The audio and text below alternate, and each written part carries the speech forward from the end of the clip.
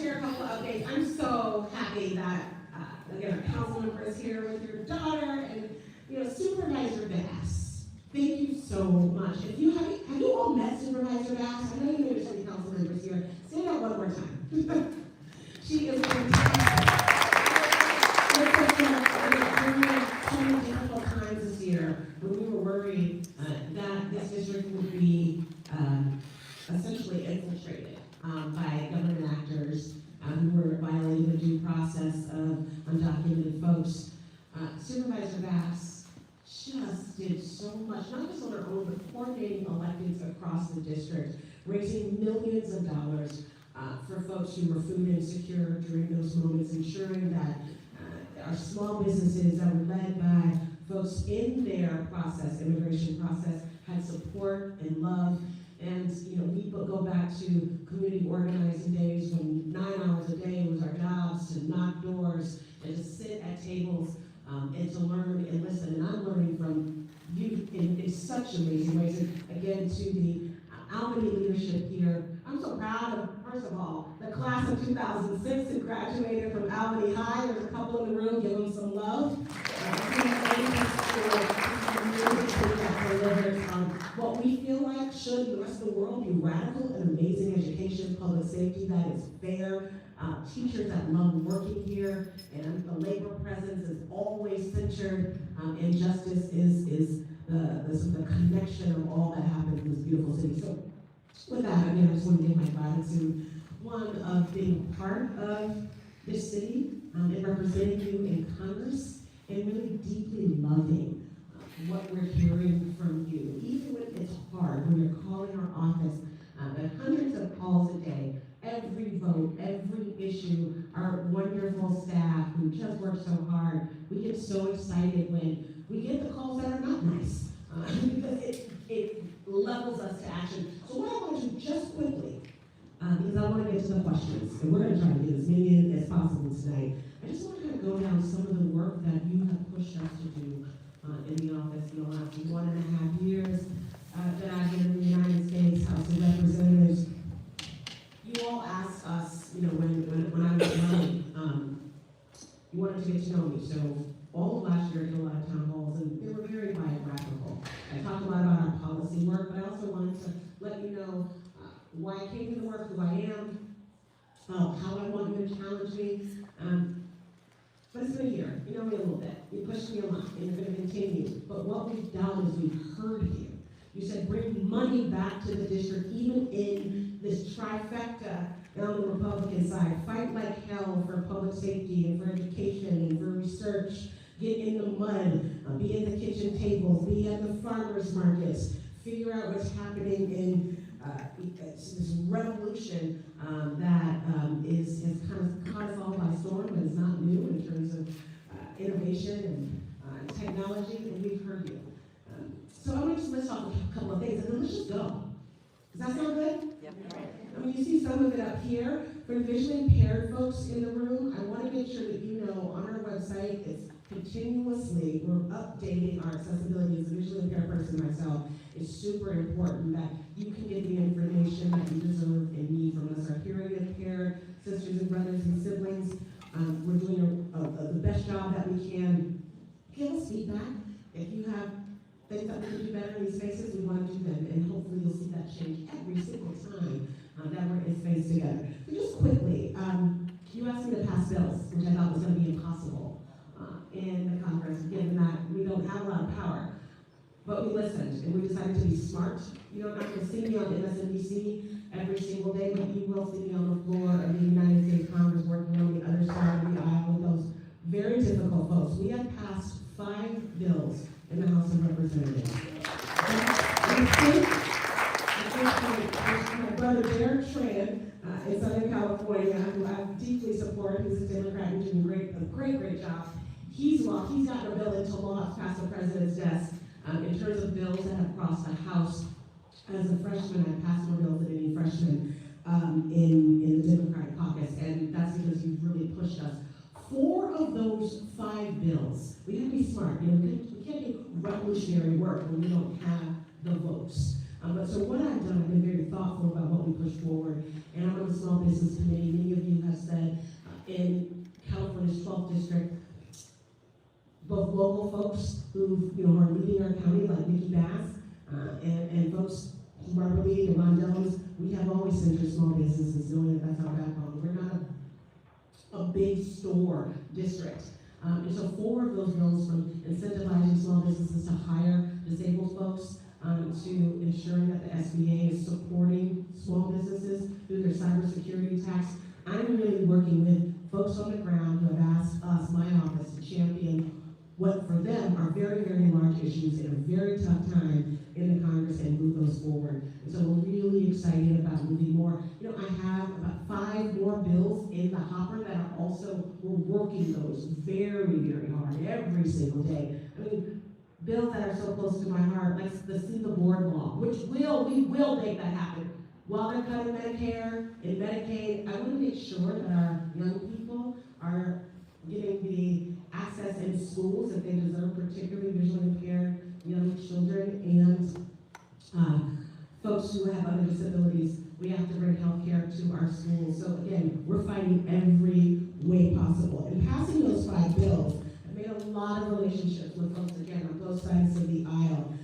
And again, what you've asked us to do is continuously vote the conscience of the district. Every single time we have gotten the opportunity, we have voted a hell no on any resources for war. An absolute hell no.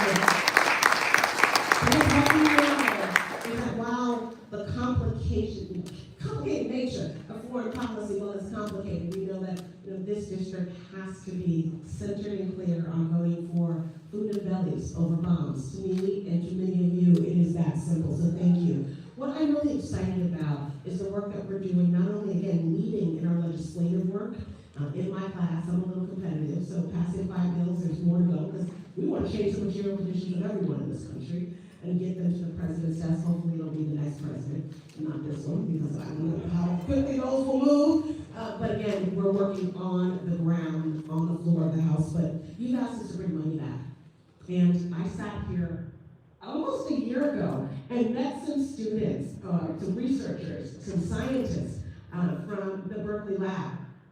My vision isn't good enough to see if you're here right now, but we went to go visit the Berkeley lab. We went to go to the CRISPR lab at Cal, and we started working with, again, leaders in the science and research space. And the demand there was to bring resources home that had been clipped off from the Trump administration. Since we started, again, I think that was a very hard ask of you, but we listened, and we brought home $776 million back to the district of federal district. And that's what we can do on demand. And that, what that work looks like, you cut off our grants, we give you a call, we come see you. And we organize and we rally and we get other folks in our congressional delegation to push. The CRISPR lab lost millions and millions of dollars, we pushed back. Lawrence lost resources, we pushed back. Again, our public safety organizations here in the district, fire and police. Again, I have been a staunch advocate for police reform. But I'll be clear, if my daughter gets raped, I want that rape kit processed. Right? And I want folks who have an opportunity to bring justice to our communities and safety to our communities to have the resources that we need to do. So we've been working, again, with fire, with police, with community organizations who are doing work around ceasefire, taking guns out of young men's hands, providing jobs to organizations or individuals who then are now working at organizations in our communities. Thank you for that push. We're going to keep fighting for what we believe is rightfully ours. This is your money. And so you've asked for us to fight for it, and that's what we're going to do. Of that $776 million, just this year, in the last few months, we secured $11.2 million for community funding projects. And I'm so happy and blessed that our wonderful mayor really pushed us. Well, actually, our last mayor and our current mayor pushed us to solidify the resource for your amazing firefighters, who are just tremendous. They deserve a training center that is state-of-the-art, and we are working so hard to not only bring those monies home, but to keep that relationship alive. And so every year we get an opportunity to bang on the door of the administration for resources, for Albany, for public safety, for education. that's what we're going to do. So thank you, mayors. Thank you so much. Overall, when we talk about this crazy moment politically, which we're about to get into, I'm going to end with this. So much of the work of a new member of Congress is setting up an office. And, I run a majority of my whole life, I've run many organizations successfully, knowing that it's not easy. And I'm so blessed that we have the brilliant Eden Chen worked at Black Memorial Church. She's been working with homeless individuals. She's been working with community organizations and members of government for 20 years. She's also out there. Anybody there? That's a whole other conversation. Eden has worked really hard to develop a staff that looks like our district, that literally the demography of our staff is our district, again, racially, culturally, spiritually, ensuring that we have, again, a disability justice frame in our office, that there are queer folks and Black folks and Jewish folks, and there are folks, again, who look like the beautiful community that we serve every single day. They're sitting on the phones. Again, there's less than 6 of them. We have 6 staff. Is that where we have 6 staff? We're at 5. Folks think we have like 30 staff. I was like, call Adam Schiff. He has 30 plus. So our district has successfully resolved and solved over 1,100. We're about at 1,000, right? We're working on those a couple of 1,000 cases for our neighbors. So what that looks like, 1,000 cases. And again, we're really competitive. We're trying to make sure that our neighbors, Mr. Mullen and other Congress people, we're constantly saying, what are you doing to make sure that if you have a veteran's case, there's a veteran, and he has resources that he hasn't been able to procure. How do we get it to work? How do we bring back individuals who are overseas during times of war? Our district team, including Ryan, who's walking down the aisle, and Helser, and again, Sky, they have been so phenomenal. So again, of those 1,000 cases, our wonderful staff of 5, 4 on cases, 1 is our district director, they brought back $10 million in real money to real pockets of real people. That's grandma who hasn't gotten her Social Security check in 3 months, right? That's someone who has had their Medicaid taken away. We've been fighting that someone who, again, is stuck overseas and doesn't have a passport. But more importantly, again, it's folks who deserve access to these institutions that they haven't had the ability to reach. And we really deeply believe that the core of our work, outside of fighting in D.C., is ensuring that we're given a gateway into these federal agencies and that we're working in service for you. We have a table here. I want to make sure before you leave, you see our folks. If you need help, you can always call.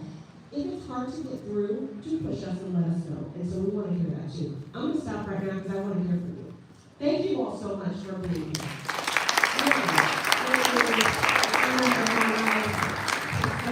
It's been a reminder and all the stuff that we're doing, but I really want to hear from you. Thank you, Congresswoman. So we spend a lot of time preparing for these town halls, and we sometimes try things a little different. So this time I'm going to try. Our team has been collecting the half sheets and putting them into a summary for me. I'm going to try to ask 3 questions, and then see if we can answer all 3 of them, and we'll see if that works. So the one we've seen a lot about is updates on the coal terminal in Oakland and what you're doing around that.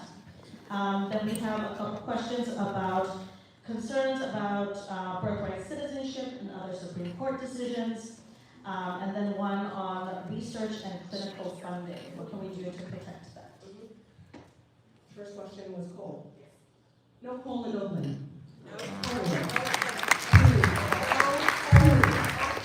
Period.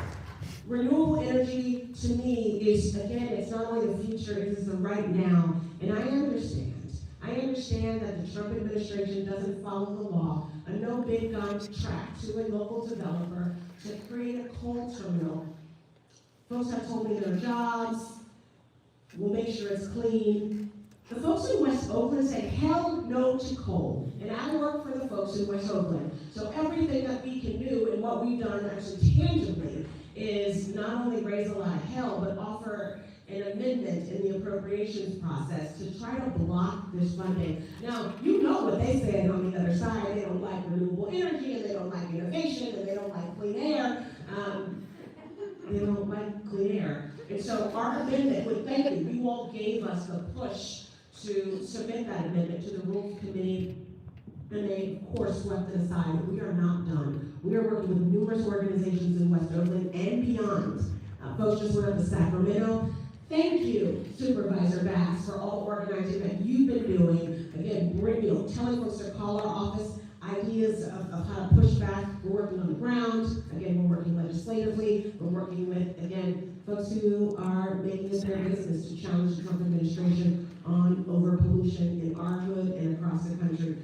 I am completely committed to stopping this rail to hell in our communities. It cannot happen. The second question is, about birthright citizenship and the recent Supreme Court decisions overall. I don't want to applaud the Supreme Court for voting the way they did, because that was their damn job. The 14th Amendment says what it says. If you are born in this country, you're an American citizen. Right. And when they do the right thing, because they've been so rogue, I don't believe that it's our job to say thank you. We say do your job. You have a lifetime job, follow the Constitution. So again, for folks who are dealing with immigration issues, it's going to be a very difficult time for the next couple of years. I want you to know that our office is there for you. And again, the best emails that we get are young people who said, I was fired from my job last week because my Dreamer authorization was ended. And thank you all so much for fighting with me to extend it and back at work. I mean, that's what we're here to do. On the ground, and again, on the floor of Congress, my job is to talk about, again, the betrayal and how this administration has to honor what is written so clearly in the 14th Amendment. And the 14th Amendment, again, it was fought for. It was not given. And so, again, if you're born in this country, you are an American citizen. The third? Folks who are concerned about research and clinical funding. I am too. I want to make sure, actually, for the folks who signed in today, that we send a little clip that we pulled last week from a hearing that I was in. And it was basically on this healthcare crisis, which is every single day I'm hell-bent on lifting up what's happening, but also creating a new road forward. The administration is trying to rip open everything that is possible. I care about this issue at a very, very visceral level. You all know my story. My husband had one of the most rarest leukemias in the world. People who get diagnosed with T-cell lymphocytic leukemia at best live 3 months, right? And I buried him almost 11 years ago, and our family went bankrupt.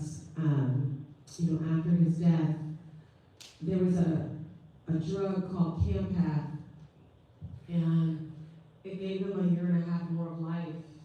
And Layla, who's 15, she remembers her daddy's voice. So this idea, understanding how a drug like Campath came to be, I have, as a progressive, when I entered Congress, I know that there are folks who couldn't get a bag a day for 9 months. That cost $27,000. $27,000 times 9 months. I had to understand how clear and concise we have to be in our politics around being a nation that creates opportunities for people to be able to live lives with dignity and respect. And much of that, to me, I learned, happens in the lab, at the CRISPR lab, at the sickle cell lab, which we just brought $1 million back from. In our lifetimes, we will see a curative agent for sickle cell anemia. In our lifetime. What so many of us saw and faced in the 80s, where we buried our loved ones from HIV, from, again, diagnosis to death in 2 to 3 months. In our lifetime, because of research and billions of dollars that have been pushed through by folks like Barbara Lee. She worked with George W. Bush, the man who incited that wrongful forever war. And she said, I don't care, my job is not to just work with people that I love. I'm George Bush, we're going to create PEPFAR. We're going to push and we're going to push. I was at Gilead, and told me that they have a new therapy where all around the world, folks, very soon in our lifetime will be able to take 2 shots per year that will call off HIV. I can't believe that. So what I got from meeting all of the brothers and sisters and siblings here is that hearing where I asked the Trump administration, asked physicians who were dealing with the effects of the Trump administration as it related to childhood cancer. And I asked a physician scientist, what does it mean? What does it mean when research is defunded? And you know what she said? It means a child who is in the middle of a stage 2 or stage 3 clinical trial, fighting a neuroblastoma and a leukemia. When that trial is defunded, that baby must come into the emergency room and they take out a report and they send her home to die. This is not politics. This is evil. And so when folks are asking me, why are you sitting with leaders at Genentech? Why are you sitting and yelling on the floor of Congress about research funding? It's because not just about disease, the way that we learn, the air that we breathe. We in our district, we are the most research prominent district, I believe, west of the Mississippi, and hell be it, we will have the resources to ensure that babies live, to ensure that people who are living the last years of their lives living with dignity, and if there is a drug, if there is a therapy, they have access to it. It takes tens of millions of dollars to get a drug inside of a body. It takes tens of millions of dollars to ensure that large facilities are clean. I am, again, someone getting criminal justice reform, and working with babies on the streets and a juvenile, and I understand the intersection of research funding, and you can count on us every single day to integrate literally the fire that has gone off all over the country because these bastards decided to defund research. I got your back.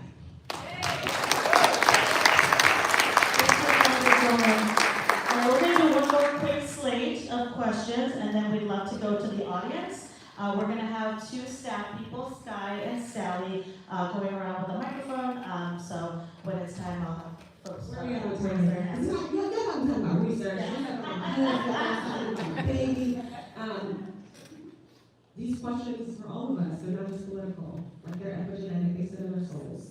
They're what we're thinking about. They're how we're living. The cost of living for so many folks is right on the top of your hearts. You know, I rent an apartment, and my eldest daughter, her husband, little June, who's 12 months, and my 15-year-old is 1,400 square feet. So I was actually really happy to come here. I got it. But all these issues we're living. So excuse my passion, because I feel it here. All right, I'll do one more quick fire couple of questions. We of course have a lot of questions related to Trump, so I'm going to try to consolidate them into 1, do you support impeachment? 2, how are you preventing abuses of power?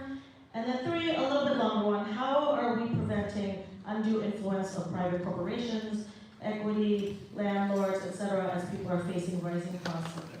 Let me say the first one. You know, I was a co-sponsor on the bill to stop these horrible companies from buying up swath of land in our communities. I don't care who you are. If you're a teacher, if you're a physician, you can't afford a $200,000 down payment for a house. Even if you could, these horrible private equity companies, if you work for one, I am sorry, stop it. Stop buying up small family homes. The cost of living here, like I said, my whole 3 generations I'm living in a house and I'm a member of Congress. I don't come from any family wealth, absolutely at all. What I know is we're thinking about how much the ground beef is costing. Everyone else is, right? And so every possible bill that comes to our desk that has to do with affordability, we've been co-sponsoring affordability bills as our priority. The intersections on everything we're talking about, you can't afford it, it doesn't matter. So just know, again, thank you for the push. The second question on Trump. So of course I support impeachment. There's this one guy, and he DMs me every single day. Like, you do impeachment once, and I was like, brother, I know. I am signed on. I think there's 3 articles of impeachment that have come out. I co-sponsored all 3. The conversation is, we don't have the damn votes. We can bring those to the floor every single day. We don't have the votes, and until we have more people with the morality and the spine on the other side of the aisle, which I don't think we will have in this Congress or the next, to call the question, we're going to be in trouble. That being said, I think the activity and the action of impeachment is extremely important. We have a Secretary of Education who is horrific. I have co-sponsored and authored articles of impeachment for her ass. I'm so frustrated, excuse me for the children here, I'm so frustrated with us not holding these horrible, horrible actors to account. So while the exercise is important to show folks that, you know, public service is the most important thing that you can do, and when you have power over the lives of real people, and you disparage them, we need to hold you to account. The problem is, again, it's in the mouth. Why the election process and our people, it's so important that we vote. We will take back the House, and we'll take back the presidency, and then we'll build this stuff back up. I want them all gone. The question is the numbers. And the last one was, how are you stopping abuses of power?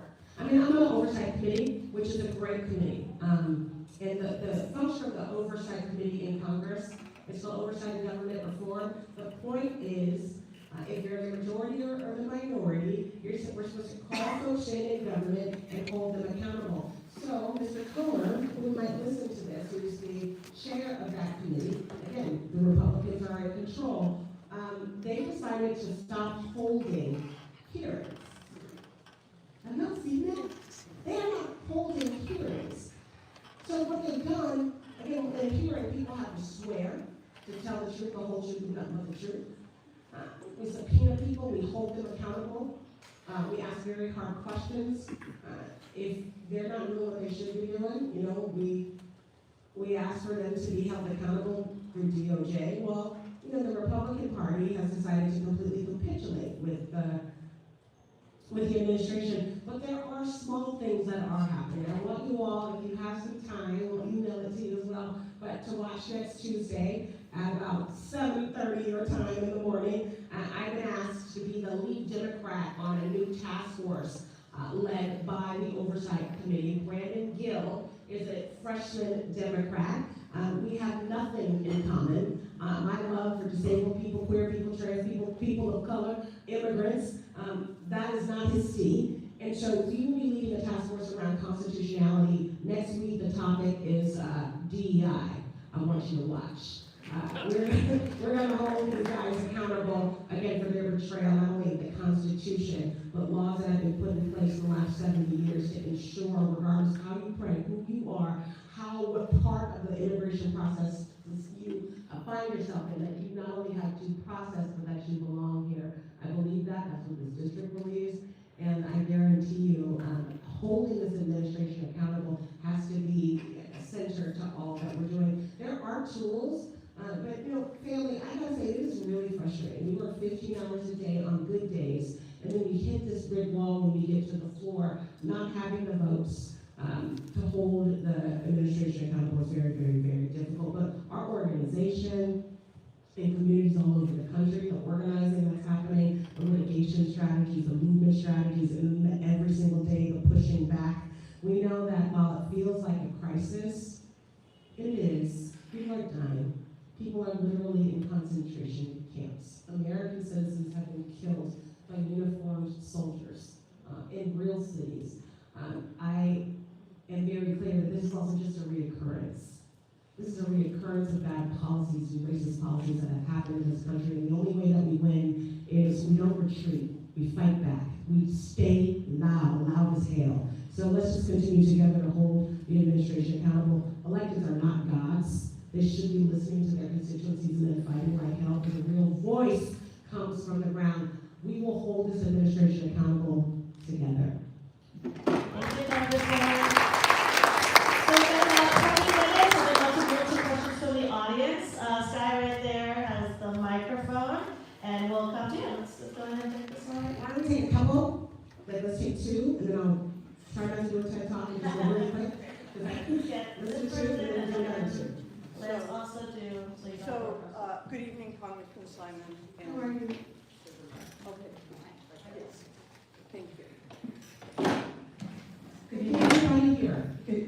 I'm using my inside voice. Good, okay. Good evening, Congresswoman. It's so nice to see you. I sign up every time you speak. You're just so fired up, and I just have so much respect for you.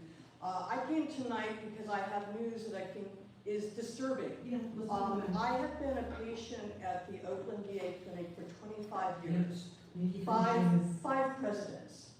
And I have given up on the idea of ever having a new clinic, as your rolling scroll said.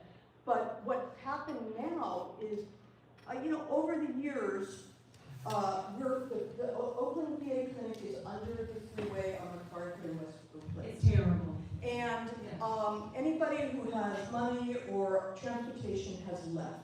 And so really, I hate to say it's like 1,000 old Vietnam veterans and me, because I just refuse to leave. And we have seen over the decades the piles of trash, the encampments, the prostitution right outside the parking lot. I could say my wife one time came from the overflow parking, there was a 10-foot pile of trash, and somebody came out of it as she walked by. But what's really disturbing now, and it's really when you become sick.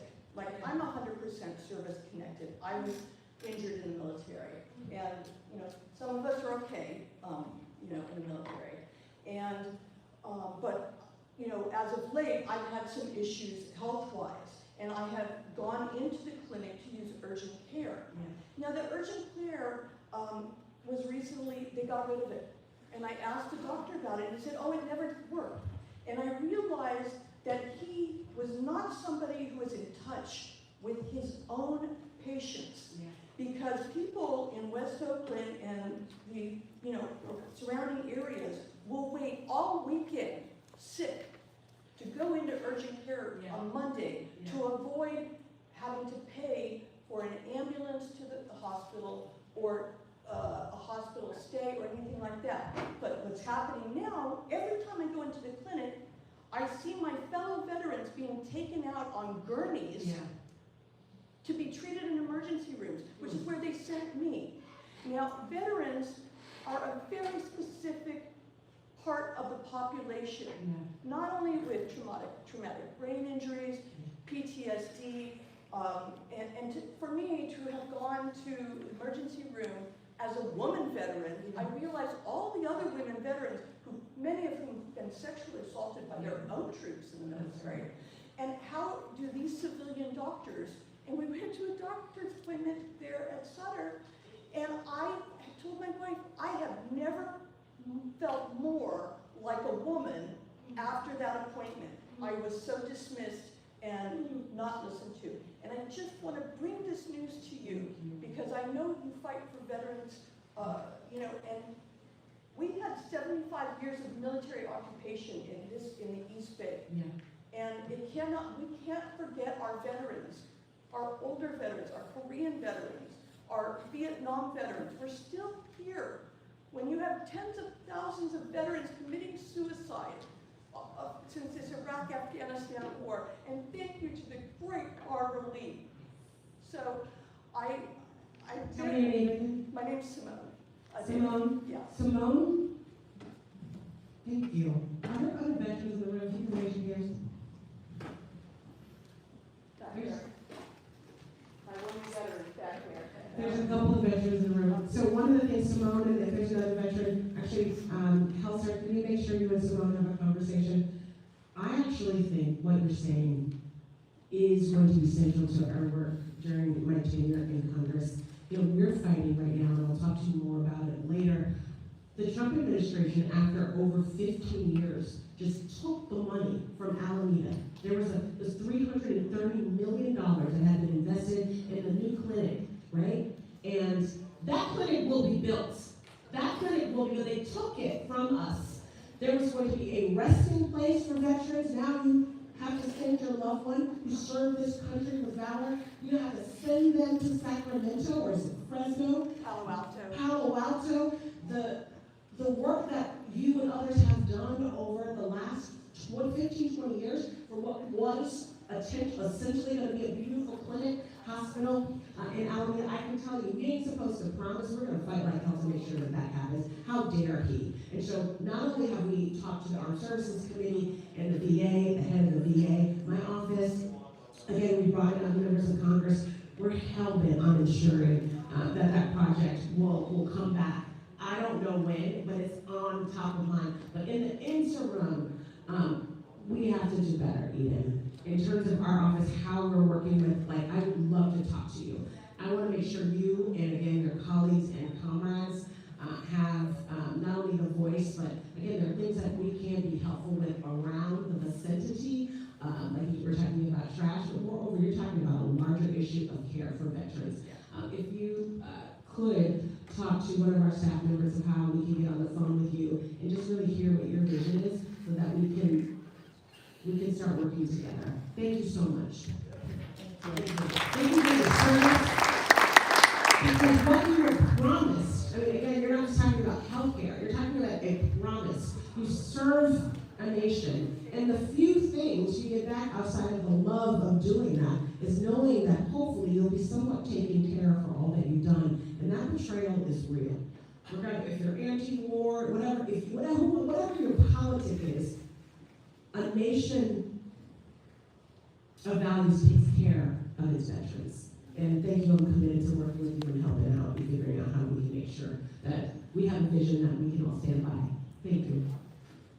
Thank you so much. Thank you so much. Show of hands again. I think we had, you were only had during while she was speaking, so came straight to you.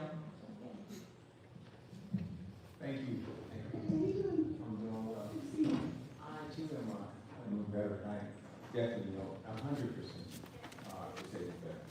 And I remember when they said they were going to deal with that. And that was 3 years ago. So I'm glad that you're on that. We're on it. My question is, I've been going to St. Louis working with the justice involved for 30 years. Teaching. A little bit closer, okay? I've been working with the justice involved for over 30 years. Thank you. And getting them mentally prepared for the transition back into society. And the statistics shows that 85% of these that are incarcerated grew up in fatherless homes. And so what I'm trying to see is how we can get more fatherhood programs. They have one grant in this whole country for every 5 years, and most of the people that get those are not in California. We scored about a 97.5, which should qualify as What's your organization's name? Man to Man Urban Rehab. Matter of fact, I was just in your office at a fatherhood practitioners conference, and Here's one of the things that I knew and kind of why I got in, really why I got in government. Government is not going to answer all of our questions, but what folks who are doing the work can demand a response. And I'm so thankful for that work that you're doing in East Palo Alto. Again, so many organizations in East Palo Alto I've worked with as well, and let's do some work together. I love it. Thank you so much. Thank you. All right, show of hands again. Let's see, perhaps. We're next. Hi. And there's someone in the pink in the middle. Make sure you do too. Congresswoman, I just wanted to bring up about my concern and about many people's concerns about the Department of Justice memo stating that states do not have to provide home and community services to people with mental disabilities and other disabilities, including seniors, young people with disabilities, which would enable them to live in their communities as opposed to being institutionalized. We've had a horror show about institutionalizing people in this country, and also including putting people in nursing homes that don't need it. So I wanted to bring that up, and what's your thoughts about it? I love the question because it is so similar to everything that we believe in. I talk a lot about, again, hearing from so many seniors, but also physicians, folks who are leading and working in the care economy, the folks who will take care of all of us. The emergent policy that's coming out of the Trump administration is really meant to destroy communities and elders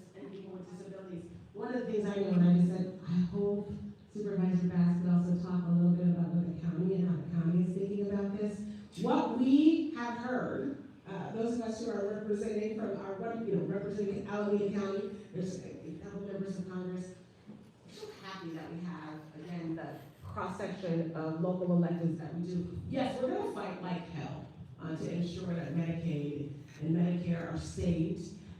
In the interim, we know that our wonderful guardians of the resources, you pay into resources, that the county is in fact the safety net. While we have this rogue administration, and I think it is extremely rogue and it's disrespectful to all the things that we have built, I know that we will continue to feed and work to house and work to close and work to care for folks who need the most. Supervisor Bass, did you want to speak to some of this? I know every week when I'm watching you in building committee and at the Board of Supervisors, you're talking about the care economy, you're talking about what Albany County must do, and your voice is so centered to this question. Kind of put you on the spot there, but again, why invite our wonderful electeds? I want you to hear from some of them as well. Good evening, everyone. It's good to be here, and thank you, Congresswoman, for your service. It's the collaboration at every level of government right now is very real, and so I hope you see that. We just passed our budget at the county. It's a $6.7 billion budget, and 60% of that budget is federal and state funding that helps to preserve our safety net. And that safety net is what you heard. It is funding health insurance, Medi-Cal, which is what we call Medicare here. It is funding food assistance, we call it CalWorks here. It's funding a whole host of services that are incredibly important. And we also pass through state funding to provide behavioral health care. So we had a couple virtual town halls, and if you want to get more engaged in county level issues, please feel free to talk to myself or my staff, Eliza. With the budget that we have, we've really been focused on shoring up our safety net. And so that means that we have been working in collaboration with our health clinics, with our Alameda Health System, which is our public hospital system, to close that gap of funding that we are losing because of the so-called, the big cruel bill is what we all call it, right? So we have been able, thankfully, to use some of our county resources to close that gap. But I have to be truthful and tell you that it's going to get worse over the next few years. And for those of you who rely on Medi-Cal, please, if you have questions, reach out to your caseworker or go to acehealth.org. I believe that's right. You can find it all on my social media. We've also been doing a lot to preserve food assistance. There are so many new work requirements and other eligibility requirements that put you at risk for these benefits, which are really about meeting your basic needs. And so there's also information on our social media about how you can find out how you can continue to have those food assistance benefits that you might rely on. And then lastly, I'll just say, because the question originated also around behavioral health, that is critically important. We are dealing with the transition from Prop 1, and we are actually backfilling a lot of that transition, over tens of millions of dollars, to ensure that our behavioral health service providers can meet that transition and meet new billing requirements, for example. So we're really doing everything that we can to make sure patient care and access is preserved, and for all of those hospital systems and community-based clinics who provide services, that we are helping through this transition. And we can't do it all, which is why it's so important that our Congresswoman is fighting with us and for us. But know that your safety net here at the county is something that we're taking very seriously, and we're happy to talk with you about the many things that we are doing to partner and ensure that people have the basics. Thank you so much, Rebecca. The questions that you're asking, we got answers today, some answers, right? But this format, it's very limiting, right? I want to make sure that our staff, let's get these answers on our website and email to folks who are asking them, so that, we get a lot out of being here today. I know folks, planes, trains, and automobiles, to be here tonight, so thank you so much. We still have time for a couple more. Listen, we're at 7, but I want us to squeeze in 2 more questions. So let's see.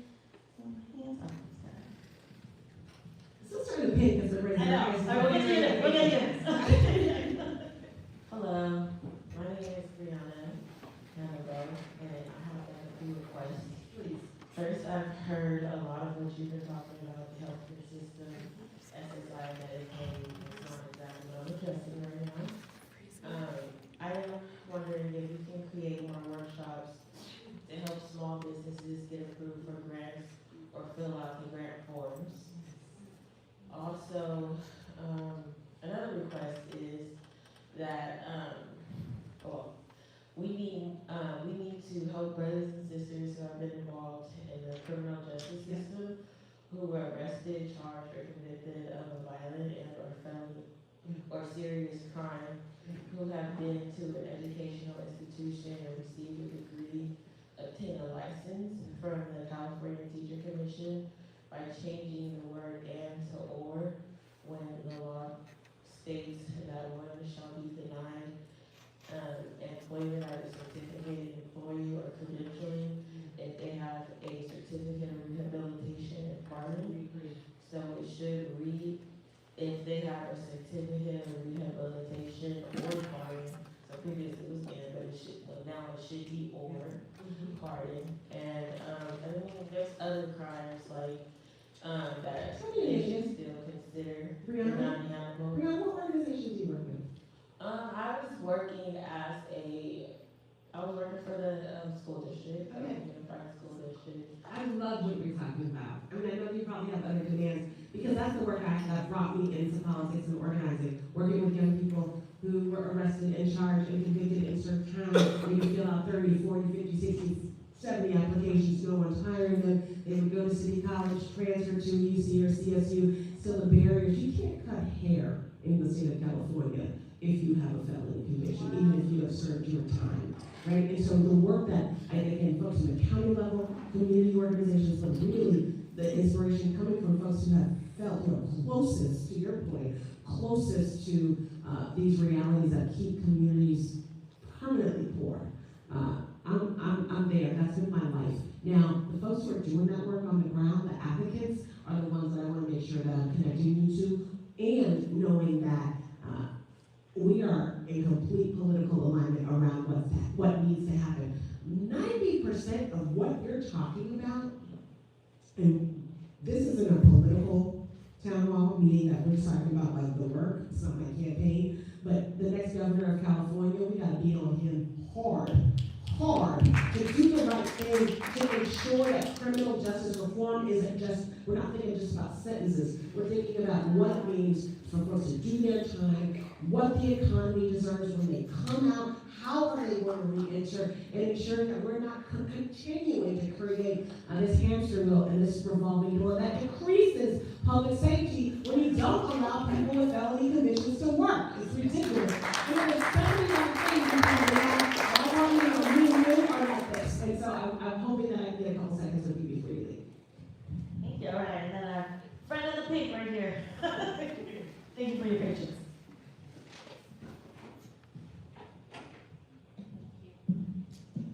Thank you for being here, Congresswoman. My name is Becky Hopwood. I'm a fourth-year trustee of the Albany Unified School District Board of Education. Thank you so much for your service. Please give up school board members who not give them respect.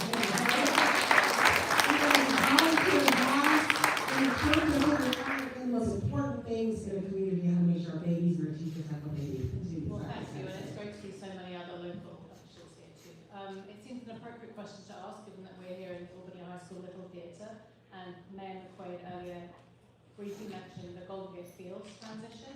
So as most people here, I think, know, the Golden Gate Fields site has now been sold or will be sold to the state of California, which means that they'll be exempt from any parcel taxes. And currently, the Albany Unified School District relies on partly a $700,000 or more a year revenue from parcel tax. And I'm just curious, the city of Albany actually even more than that. So I'm just curious what you would suggest in terms of how we go about trying to identify alternative sources of funding, whether there's anything that can be done in DC with direct congressional appropriations, for example, to help offset that deficit, because obviously we have a very closely, finely balanced budget every year. So that would be good information to have. I actually don't have an immediate answer for your question, and I think it's one that is extremely important. School board members are working so hard across our district in 7 cities to just keep their communities afloat. We do have an annual appropriations process that we fight like hell to get resources for projects that have been ignored. This is an opportunity, actually, and I want to make sure we just take a couple minutes. If you have to leave, I'm so sorry, but I do want to answer this question for both our mayor and our city council member to talk a little bit quickly, about this question. What are we going to do, again, the conversation around land and parcel tax and resources for our schools, and what do you need from us in the federal government? And again, I would love for our staff to talk to you as well. While this is a county issue, the federal government, again, is so on the hook for the collaboration to ensuring that the school boards have the resources to get done what they need to get done. Mayor or city council member, do you guys want to respond? Thank you. I'm putting you on the spot. It's a great, you're here, I'm so blessed by that, I'm so blessed by your question. Thank you for letting us get our opinion here. We have people here from Senator Erdine's office. I'm going to hand it off to him. Pretty soon we will all have a chance to come up and give your opinion. This is an exciting time for us. We're excited about the possibility of a park, but we do understand that it is a revenue hit both to us and, as Trustee Hopwood said, to the school district. We are working with our state partners, both Senator Erdine and Assemblywoman Wicks, to try to figure out how we can get funding that's flexible enough to allow us to generate revenue off of that property. It's difficult for us because, as I've said so many times, we're neither the buyer nor the seller, but we have a very strong interest. With that, I'm going to hand it off to Sal. It's always good to have us in one room. It's a telephone. It's like he's saying this and she's saying this. You're lighting the fire on how we need to sort of galvanize and figure out how to get some resources, and I appreciate it. Yeah, hi everyone, I'm Sal, I'm with Senator Argan's office. So, just for context on what's going on with Golden Gate Fields, they shut down a couple years back, and it's a really large property in the state. And East Bay Regional Park District announced that they're gonna acquire it, they're gonna turn it into a park. Now, what that looks like is not entirely clear yet. We do know, our office, Senator Argan, has been championing a budget ask to get Prop 4 money, which Sal, is there a community process around the Fields feature, or is it just sort of right now just sitting with us electeds? right now we do have, right now it's largely being organized through the East Bay Regional Park District and the East Bay Land Trust. We're still doing the initial budget ask to the state, which will come into fruition in August. We do have a petition right now that I can send out to your staff, which we are asking people to sign on to basically ask the governor and the pro tem, various people in the budget process to help us out, get this budget request through for Albany and for Berkeley, because it also impacts Berkeley. And we're very aware of AUSD and the city of Albany. We've been in conversations specifically around the lost tax revenue, because it is a big hit to both of them. And that's why we're asking the state to give us some leeway with the general fund, not just Prop 4. So that's kind of technical, but the idea is that we get something out of a more general fund, larger pot of money. It doesn't just have to exclusively be for parks. It can also have some revenue generating or taxable spots for the city. And So what I'm hearing, actually, from this conversation, it is actually what I've heard from the past hour. There are still questions about Medicare, Medicaid. What are we doing with our previously incarcerated communities? What are we doing around research funding? I know that there were questions around, again, data centers that, as some of you all have put in. We all kind of know what we think needs to happen. We need to breathe clean air, like how we think about coal. What are we going to do about those pieces? The fact that this horse track is closing, I mean, all of us kind of grew up riding by it. What an opportunity. I think what you're asking us is to get on it and figure out how to ensure that there's community space and community power and there are resources to make sure that whatever happens at that development, we bring a regional park, maybe we do a whole nother conversation, collab with them to bring folks into Albany. But let's do another town hall around this conversation particularly. I would love to do it. I'm really interested to continue having smaller conversations in Albany. Overall, I think our time is up, but I want to say this. No, I go back in a few days to Washington, D.C. In the next, 4 months, you all can see my voting record on our website. I don't like giving stump speeches because I'm a community servant, meaning that if my vote is not what you want, let me know. Let's work, let's struggle through it. But my conscience is essentially mirrored in the politics of California's 12th district. I am a blatant no-work candidate. I will continue to work on environmental justice. Everything that comes across our desks around education justice is central.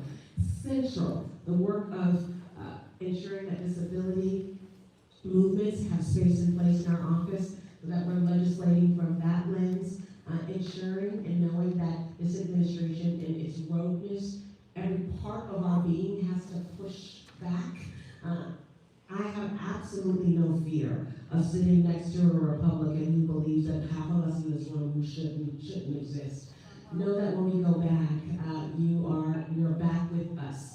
And also, we have a local office here, small but mighty. Raise your hands again for the folks who are sighted in the room. See who our staff are, right? Who our staff are. And we want to, again, do those micro town halls. We want to be able to hear your ideas. Again, we're not a senator's office, so unfortunately we don't have that much infrastructure, but keep pushing us. Thank you for your patience.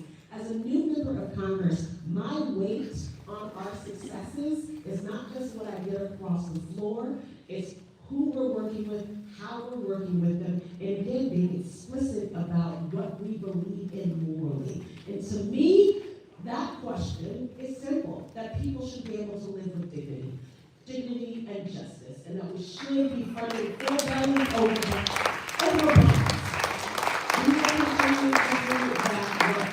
So stay tuned, for our elections in the front row. Again, if there are opportunities, things that you think that we're building our list, thank you for opting in. That's how you're getting information about our town halls. We want to send everything out in ways that we can improve our communication, our website, again, our flyers, the language capacity. We're so open. And sister with the green jacket, I said, you, ready to ask a question or ready to hug you. So I'm gonna give, what I'm doing is we're gonna give that microphone back to Eden, and I just really want to thank you all with so much love and respect for coming out tonight. Let's fight like hell, and we will win. We will win, we will win, we will win. We will hard time and hard days. You're elected community, you're organizing community, your parent communities, your educated communities. It's just we have the best of all worlds here in California's 12th district. Folks who want to fight to get it right for the people that we love and care about. Thank you all so much.